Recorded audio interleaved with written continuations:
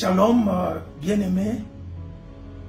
Bienvenue dans ce programme de 5 minutes avec Jésus. Je suis pasteur Camille Kalonji de la paroisse de Rabat Kenitra J5 à l'église évangélique au Maroc. En ce jour de Pentecôte, j'aimerais commencer par vous souhaiter bonne fête de Pentecôte à tous et j'aimerais partager avec vous un texte dans les livres des Actes des Apôtres, chapitre 1er, verset 8. Nous lisons. Mais vous recevrez une puissance, le Saint-Esprit survenant sur vous, vous serez mes témoins à Jérusalem, dans toute la Judée, dans la Samarie, jusqu'aux extrémités de la terre. Pendant ce temps où le monde chrétien célèbre la fête de Pentecôte, j'aimerais partager avec vous ce texte de Luc, dans les Actes des Apôtres, chapitre 1er, verset 8.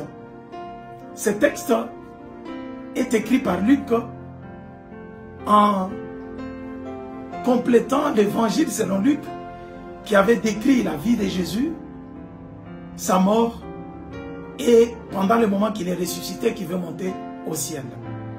Dans les Actes des Apôtres, Luc vient reprendre l'histoire, son récit, avec la résurrection de Jésus-Christ et le moment où il devrait monter au ciel et la promesse qu'il fait aux disciples d'attendre, de ne pas s'éloigner de Jérusalem, attendre le Saint-Esprit. Et quand le Saint-Esprit allait venir, c'est à ce moment-là que les disciples devraient être les témoins, en commençant par la Jérusalem, dans toute la Judée, dans la Samarie, jusqu'aux extrémités de la terre. Et cela nous pousse à nous poser la question, pourquoi le Saint-Esprit a été donné? Pourquoi il devrait attendre le Saint-Esprit? Voilà ce que j'aimerais partager avec vous. Pour revenir dans le contexte, souvenez-vous que la Pentecôte arrive 50 jours après la Pâque, après la résurrection de Jésus-Christ.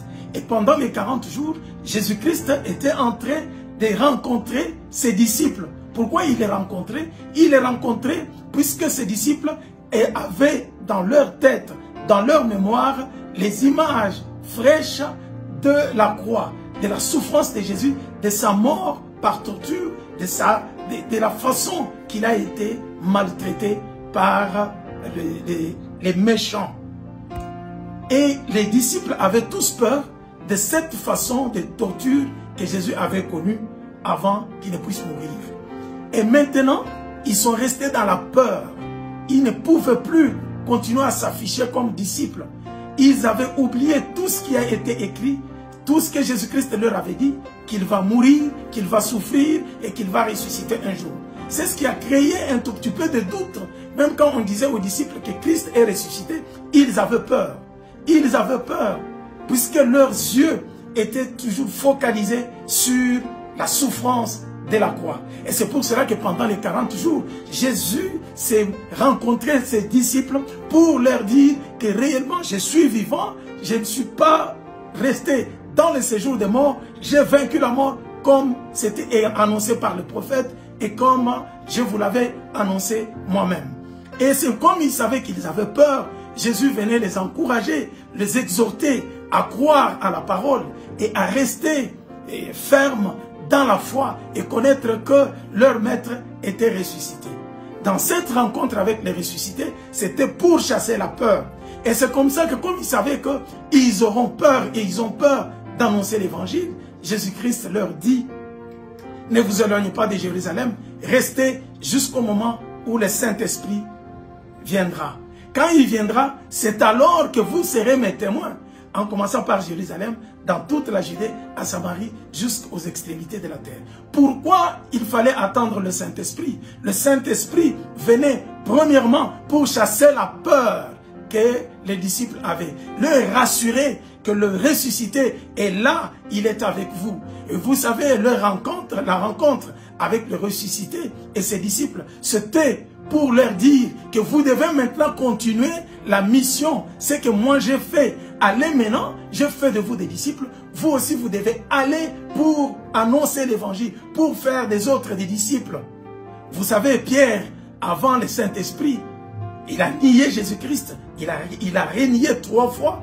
Mais après la Pentecôte, c'est le même Pierre qui a pris la parole pour que 3000 personnes puissent être converties. Bien-aimés, le Saint-Esprit nous est donné pour accomplir la mission, pour être des témoins de Jésus-Christ, pour faire vivre aux gens la vie de Jésus-Christ, pour rendre Jésus-Christ présent aujourd'hui. Jésus a guéri les malades par la puissance du Saint-Esprit. Nous devons guérir les malades. Jésus a annoncé la bonne nouvelle par la puissance du Saint-Esprit. Nous devons annoncer Jésus-Christ mort, ressuscité et glorifié. Il est vivant, il continue à agir.